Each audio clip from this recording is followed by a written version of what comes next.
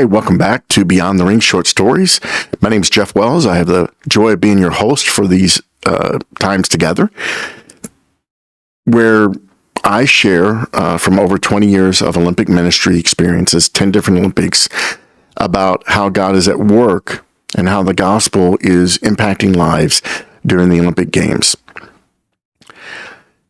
As I sit here today, it's the winter of 2024, looking forward to Paris 2024 this summer. And it doesn't take a rocket scientist to figure out that Summer Olympic years coincide with U.S.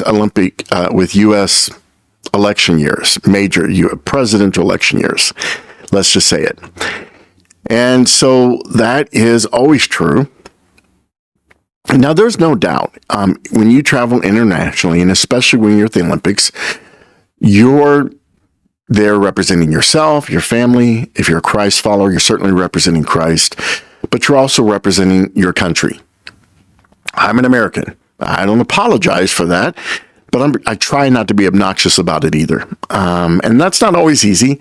We tend to be, as Americans, the target of a lot of teasing. Much of it we've brought on ourselves as a country and our leaders and so forth. But you try to be good-natured about it. You try to joke with others about it. I often will reach out to Australians when I see them out and about during the Olympics, because they are a fun-loving bunch of people in general, and they have a cheer, and I'll often be yelling at them from across the square or across the plaza, and they'll come over and we'll have fun just talking to one another, how I know the cheer, how I was in their country in 2000, and they'll often take a jab or two about me being an American, and it's all in fun. And a lot of times too, it's about who's leading in medal counts. How many gold is USA ahead? Is Russia or China or the host country, are they leading? It's always in fun. But it's an undercurrent of reality that there's some tension there too. And I probably experienced this most vividly in 2016 during the Summer Games in Rio de Janeiro. I was on a metro, and I don't remember if we were going out or coming back or whatever, but must have been coming back, because I thought it was getting into the evening hours. And this one particular, I think it was Brazilian, I honestly can't remember, kind of cornered me. It was a very full train. There wasn't a lot of space to move around. So I was kind of cornered and couldn't really change my position and move away. And it wasn't ugly. It was just very intense because it was the summer of 2016. The presidential election was heating up.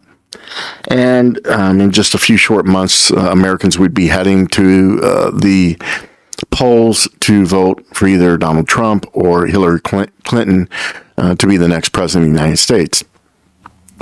And I'll never forget this one guy kind of cornering me on that train, and was just relentless about it.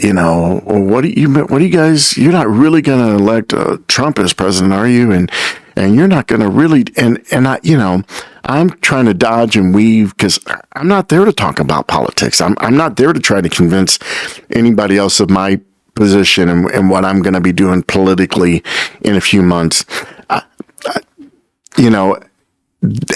That's not who I am. I don't do that in my everyday life. And I'm certainly not going to do it when I'm at the Olympic Games, where my desire and my hope is to make much of Jesus every single moment of every day that I'm there. And you don't do that by talking about politics. And you certainly don't do it by talking about the divisiveness of the politics that we have experienced in the last several years in America. But it's an ever-present reality. Because of that, you have to be wise in how you engage in those conversations. Paul tells us to pray continually, and the idea behind that can sometimes seem foreign But the reality is, in those moments, if you're not praying, you're sunk, because you're either going to be drug into a conversation or an argument that is non-productive, or you're going to feel intimidated, like you're being intimidated or bullied. And so the enemy can really get a foothold in those types of situations. And so thankfully, the Lord was leading and guiding my speech, and I wasn't baited into the debate, because I had my opinion. I knew what my plan was based on how I prayed and researched and what I thought was best. That's all any of us can do. And but being on this train in Rio de Janeiro, Brazil, was not the place to be having that discussion. I wanted to talk about Jesus. And so that's what I kept saying to the guy. I'm like, yeah, it's a pretty intense time. And yeah, it's a tough, some tough decisions we're facing as a country. But I'm here because I love the Olympics, and I love to talk to people about Jesus. That's what I'm doing. And he tried many times to circle the conversation back to politics and his conviction about what he thought we ought to do. And again, that's not unheard of. That's not uncommon. And so it's in times like that, you have to be mindful of what's important, what the priority is. The presidential election was important, but it wasn't the priority. And it certainly wasn't going to take my priority in that moment there. You can still have fun as an American, as a Brazilian, as a Russian, as a Korean at the games. You don't have to check your country identity at the border. You don't have to pretend you're not an American, or you're not Chinese, or you're not, Canadian. And at the same time, you're just one. I'm one of over 300 million Americans. I can't explain or justify the American government's every choice and decision.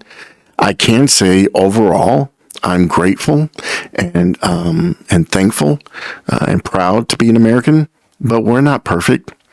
No country is. But it's part of the price that comes with being a global leader like America is, for better or worse. And it's just a reality in the Olympics and in general. And then as you try to transition to gospel conversations, it's certainly a way that the enemy will try to keep the person we're trying to engage with from hearing the gospel. They're just, the enemy's just throwing up roadblocks so that this person will not hear about Jesus and his love for them, and how he came and died on the cross so that they could have forgiveness of their sin and a new life with him.